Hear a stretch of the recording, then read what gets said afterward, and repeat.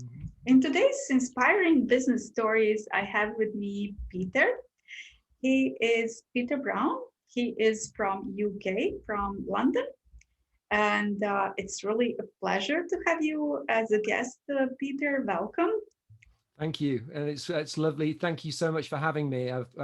As I was saying, Elisa, it's been lovely to sort of follow your progress, and I think we're both very much LinkedIn enthusiasts. So it's great to be here. Thank you. Yes, yes. Thank you so much. Thank you. I was following up with your progress on LinkedIn as well. Peter is one of the content creators on LinkedIn. He is very inspiring content creators, and Thank you. I would like to invite my audience to follow Peter and to engage on one of his posts. Why not? Especially after hearing his very inspiring story.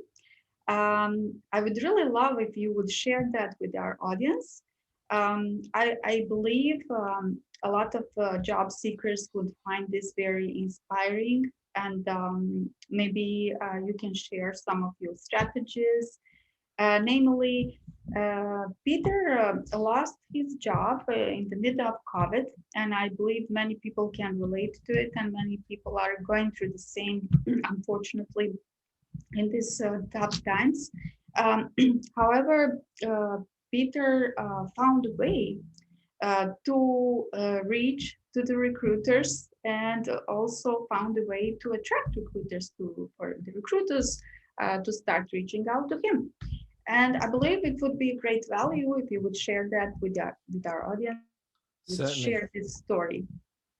Yeah, no problem. So I was the managing director in the UK of a 20 million pound business and had been for 6 years. I'd worked my way up, and it was a fantastic company. And we decided that we would part ways, as sometimes these things happen. So that was fine. It was an amicable split, and I didn't want to be not doing anything, but it was just right in the middle of COVID, sort of.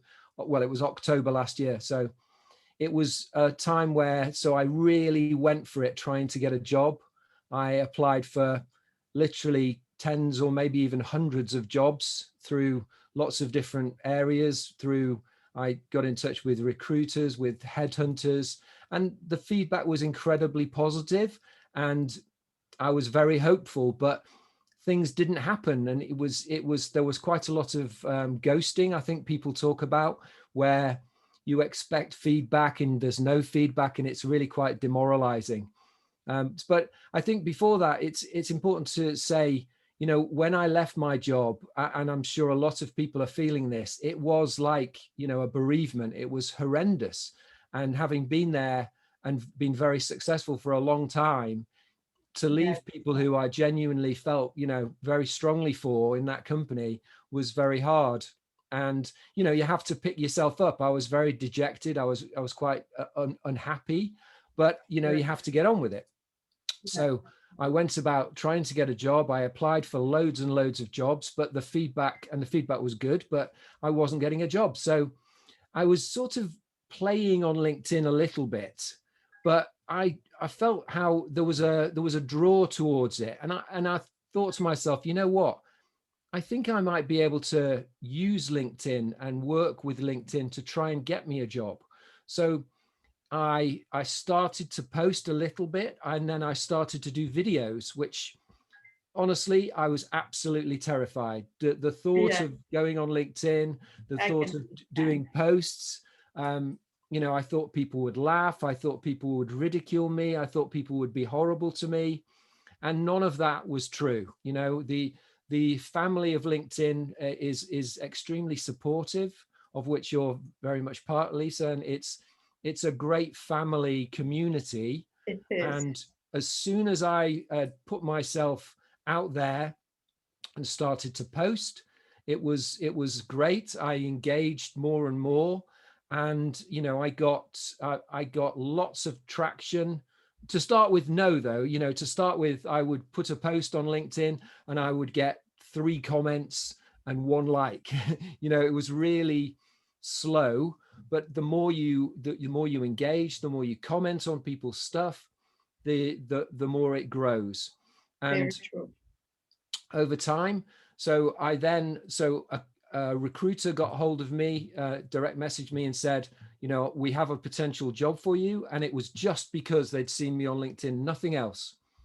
And then I also got a couple of other opportunities. And one of them was the director of sales and marketing, vice president of sales and marketing for a large company in the UK. And that job, I got the job. So it was fantastic. They came to me, we want you to come and work for us. Unfortunately, I was there for 3 weeks. It just wasn't right for me. But the premise that, LinkedIn, if you grow what you might call a brand, a personal profile, there's a good opportunity that you can do what I've done, and that's attract employers to want you to, come and work for them, which is what I've done. Excuse me. You are a content creator on LinkedIn, so organic marketing, which starts basically with the content creation, really works on LinkedIn. It works for me. I'm a living proof. It works for many of my clients. It works for many other people that I'm connected with on LinkedIn. Yes. It doesn't matter whether you want to attract a job or you want to attract clients or business collaborations, business partnerships, but really, once you put yourself out there, it takes courage, as you have said. Yes. It's a road that really requires time, but it pays off eventually. Whether you end up, you personally, maybe as an entrepreneur or a coach, or you get another VP offer. And I wish you all the best, all the Thank you. success, no matter what you decide. Yeah, it really works. So the whole point, LinkedIn works. Thank you very much for sharing that with us. Yeah. What else would you like to add? What was your strategy? How did you attract them? Yeah, I think it's really important for people who are just starting out, which, I've only been doing LinkedIn now since October. So, and it's now March, so not very long really. And as you said, Elisa, to start with, the engagement is slow. And although I was worried that, I might get ridiculed, but what was really hard to take was that people weren't really interested, in truth. But it's like, if you went to a party, and obviously in COVID we can't do that, but if we went to a party and we didn't know people, and you were on your own, you would go to groups of people and you would talk to them. And that's the same on LinkedIn. You've got to go to groups of people. You've got to involve yourself in the discussion, and eventually those people will start involving themselves in your discussion. And that's like a reciprocation of, content creation and comments on posts. So Yeah. now I think it grows, and it's a beautiful thing when you start off with something so small, a little acorn, and a tree grows, and your relationships on LinkedIn grow. It's a beautiful thing, but it doesn't happen immediately, but it does happen. It's like pushing a big truck. It's really hard to get it to move, but once you Yes. get it moving, it starts getting faster and faster. And now I'm my followers, I'm getting sort of nearly 200 new followers a day on LinkedIn. Yes, that's amazing. That's Yeah. amazing because, as you have mentioned, personal branding is really relevant, and the part of the personal branding is really a story. So it was really amazing that you gathered courage to show up in a video and share your story, because Thank you. obviously it has inspired many. And I would say that's the reason why they would like to connect with you, to follow you. Um, for the content creators, it's really crucial to provide value and to inspire others, to encourage others. And you are really doing that in your content as well. Yeah, thank you. And I think it's, I'm 53 years old, and before I decided in October to get onto LinkedIn, I had no idea about social media. It's just not my thing, and my age group is not very involved in social media. So it would be great for everybody to understand that if I can do it, anybody can do it. And one of the things I would suggest to people is, You know, a lot of people say to me now, well, you know, I just don't know what to say. I'm not an expert in anything. But the truth is, we're all an expert in something. You know, most people have a living that they make, you know, whether you're a teacher or a doctor, you know, and we all have things that we're interested in. And it's an intersection between the two. So I'm interested in, you know, I've been a leader and manager for ages in sales, but I'm also interested in motivation, you know, motivating people. So the intersection of those is, you know, inspirational leadership, inspirational sales tips. And that's Very where nice. Yeah. I love. That's what I love, and being able to help anybody on LinkedIn is such a blessing. I love that, and I also love to be inspired by other people. I love reading people's information and thinking, you know, that changes my day or my week. It's really fantastic to feel like that. Yes, yes, yes. I would say people with this kind of attitude are really rare, and that this selfless attitude of trying to contribute and help others is really, and giving more than you are receiving will eventually bring you to the position where you will be receiving as well.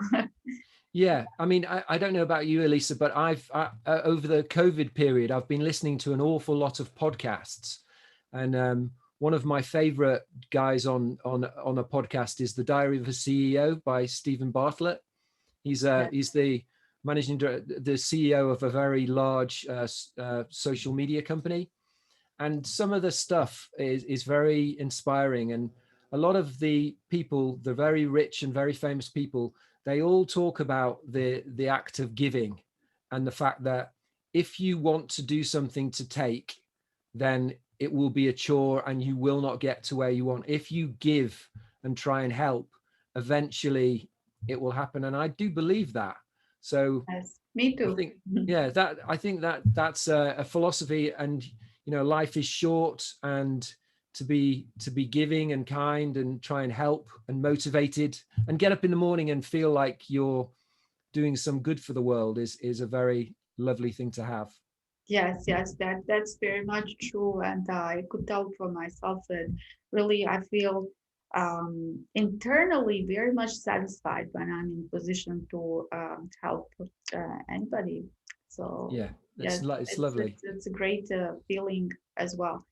Yeah. Yeah, so tell us a bit about the COVID situation in UK. You are in London, right? How Yeah, was it in the very beginning, and how is it right now?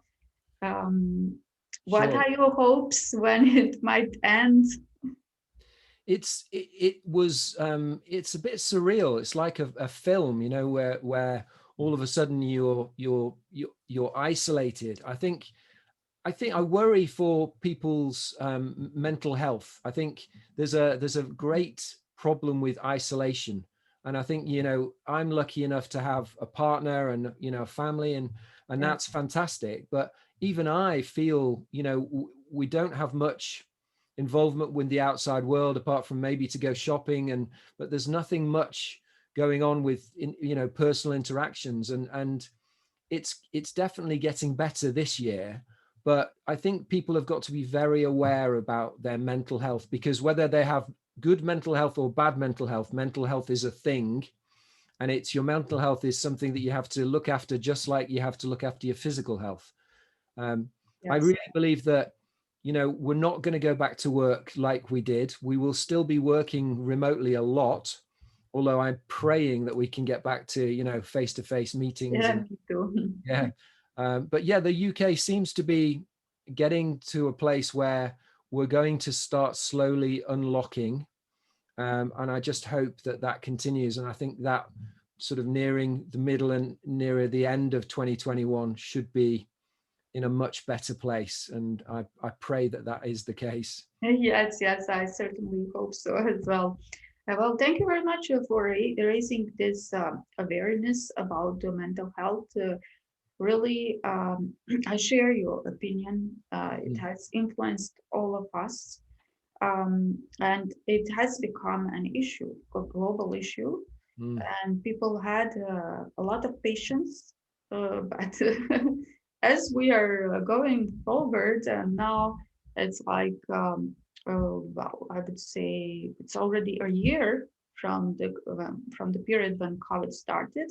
Yeah. It's a really long period of time, like especially for those countries that are in lockdown. And so fortunately, we are not we are not in lockdown in USA. I don't know about UK, but we are pretty much free to um, almost do whatever we want. We just need to wear masks if we are visiting some indoor places, and let's hope we will be able to have some dining in restaurants outside, at least in the summer period. Yeah, Yeah. so maybe Yeah. it's a little bit better. Yeah, I think what I've tried to do is with friends and people I know who are not with people, not living with people. I've made a concerted effort to try and contact them, and the level of Zoom calls and is just incredible now, and it's so easy to do. It is, yes, To just get on a Zoom call and it's as if we're together, isn't it? It's not quite yes, as nice, but yes, yes, for yes. somebody who's on their own, then that's a big thing, and so I try really hard to do that with my friends, and I think they appreciate that, because Yes, like you that's say, wonderful. yeah, isolation is a terrible thing, and loneliness is something, especially now you're not allowed to be in the UK anyway, that we're not completely free, but it's getting there. But yeah, I think that's nice if everybody made the effort to keep in touch with people they know are on their own. That would be a very positive thing. Yes, yes, that's very important message, Peter. Thank you Mm, very much for sharing that with my audience and me. mm. Yes, if we could all contribute from our side, it would definitely at least make this whole situation a little bit better. So, tell me, what do you think? What do you think? What are the predictions for 2021 related to the, let's say, business community Yeah, well, globally and UK? yeah, I think business will actually never be the same. And I've got a prediction that I think the reliance on online platforms and digital learning and social media, and a lot of companies have seen it as a massive opportunity to reduce the cost of office space, and they'll either reduce the amount of office space they have or completely get rid of it, which is it's a massive step. I It think is. that what we as a community in the world, I think everybody needs to understand that there probably will be more reliance on social media for information and for contact. And I believe that the likes of LinkedIn, and it's the platform I've focused on, and the one I love, is I think in the next 10 years there will be an expectation, maybe not an overtly stated expectation, that anybody in a position going for a job, they will be having their social media profile checked, and almost it will be an expectation or a requirement, not probably written, but they will expect you to have a certain level of engagement there. And I think Yes, people, yes, yes, yeah, yes. might be well placed to do it now, because if they're not doing it already, the best time to do it is now. That's very true, very true. And when it comes to the, let's say, recruiters and job seekers, really, and the relevance of their LinkedIn profile and their presence on LinkedIn for job seekers, let's say, it's really crucial because I've noticed that some of the companies are actually excluding candidates who are not on LinkedIn, because Yeah. LinkedIn is the most credible platform out there. So being on LinkedIn and having an all-star LinkedIn profile with all the experiences there, and with their ex-colleagues or ex-employers connected with them on LinkedIn, and even some of them giving recommendation, public recommendation for them, really gives credibility. And the opposite works in the same way. Like if they don't really have it, credible profile enough, then it's a red flag for recruiters. And even if they Google search them, and there is no info on that name, it's a red flag. So Yeah. you are totally right about that. It's really impacts the way that job seekers will approach to the recruiters and position themselves in the market as well, and especially for the business community. It's a great change for all of us. Absolutely. And you know, whatever reason you have to be on LinkedIn, whether it's to get a job, whether it's to promote a product or a service that you're providing, or just the fact that you really love the engagement and the dopamine that it gives you. It's lovely when you see people commenting and you get into a conversation. So in an innate sense, it's a brilliant thing to do. But in terms, I think, as you said, Elisa, you know, the benefits to whatever you're doing are probably very high to promote or enhance your image, or, you know, whatever you're doing in life, it can only be good, and it's going to become more and more important. So maybe Yes, now's the yes, time. yes. And that was really a good point. As soon as they start, it's better because, you know, 1 year, even 6 months, as you said, you've been on LinkedIn for 6 months, Mm. and it made such a difference for you in your life. It's networking, you know, it's building relationships. So as you said, whether people are for different reasons on LinkedIn, that it's seeking for a job or attracting new clients. I'm purposely saying attracting new clients because really organic marketing on LinkedIn works. So Yeah. people are actually attracting their clients with their content. So they don't really need to reach out to their clients. Clients are starting reaching out to them, and many other doors of opportunities open for them, like collaboration requests, invitations for interviews, for podcasts, for business potential business partnerships as well. Yeah. No, and it's fantastic. And if you, I think I read somewhere, you know, if you were trying to, you know, like a typical post I do in a day gets, you know, 15,000, let's say, views, and if I do a really good one, it might get 100,000. So can you imagine Yeah, getting that sort of attention and having to pay for it? You know, it's a exactly. huge amount of money. So there is an opportunity there for businesses Yes, to and personal people to get a huge benefit with actually no outlay apart from, you know, a bit of effort and yes, engagement. exactly. Yeah, the organic reach is the highest in the last few years. It still is. We don't know how long it will last. That's why it's really crucial, as is that, to start with their LinkedIn if they already didn't do that. Yeah. The power of that unpaid marketing is not only about not paying for the ads in order to get the exposure, but it is also about the credibility, because we all know that once we see the ad, you know, we know they paid for it, that it's a Yeah. paid advertisement from a company or from a coach. We know they paid for that ad. But when they see our content, they know we didn't pay for it. It comes from us, and it attracts our clients, even though it's organic reach. So it has Yes. credibility. Yes, and I see. I mean, I've really enjoyed looking at some of your work on your website. I think it's Thank very you. interesting that what you do, and you know, clearly you're an expert on LinkedIn, and that, I think, people who are watching this, you know, if they need help, they should reach out and try and, you know, help themselves by asking you to help them. There's no Thank you reason very why much. not. Thank you. That's actually part of my coaching, is like because the coaching that I provide is on personal branding, but on LinkedIn. So it's specifically related to this platform, and it's for a specific category of people, for service-oriented professionals, because it's the perfect platform for them. Their clients are there, especially if they are providing their coaching or consulting services globally or internationally or US wide. So as a part of it, of course, and the first step is LinkedIn optimization.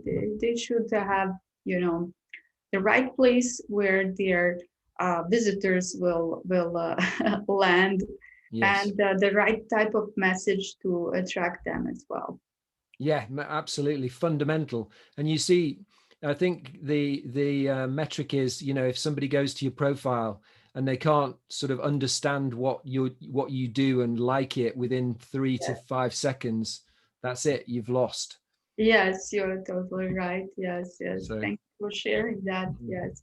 Um, Anything else would you like to add? It was really a pleasure to have you in this show. I'm sure that it has brought a tremendous value to all the viewers, especially for job seekers who can, it gives them a motivation.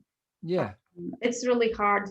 It's hard to be in that position to search for the job, and it's inspiring when we see that platforms like this work, and building relationships works. um, I wouldn't say really those profile picture covers, the green one, open to work, really work. Yeah, I don't um, like that. yes. It's a personal thing, isn't it? But it doesn't inspire me. I think, you know, I think the key is being consistent is one of the biggest things. Having the guts, which I think both of us are very honest about the fact that when you start, it's very scary. It But is. but it's like anything, you've got to really grit your teeth and get through that, and do some posting, engage in conversations, do a few of your own posts, and just keep going and do it consistently. And that consistency will be paid off. It will pay back, and it doesn't take that long, but it won't happen in a day. It might happen in a month. So, Yes, that's true. That's true. Yes, yes. Well, thank you very much, Peter. Thank you for being my guest, and I really hope that we'll do it sometimes again soon. yeah, thank you so much. It's been a pleasure, and maybe I'll do an interview the other way around soon. Okay, sounds great. All right, Definitely, I'm looking forward to collaborate together, and me I'm too. inviting my connections and my audience, both on LinkedIn and YouTube, to connect with you, to follow you at least. You have an amazing content on LinkedIn. Thank you. You too. Been a pleasure. Thank you. Bye bye. Okay.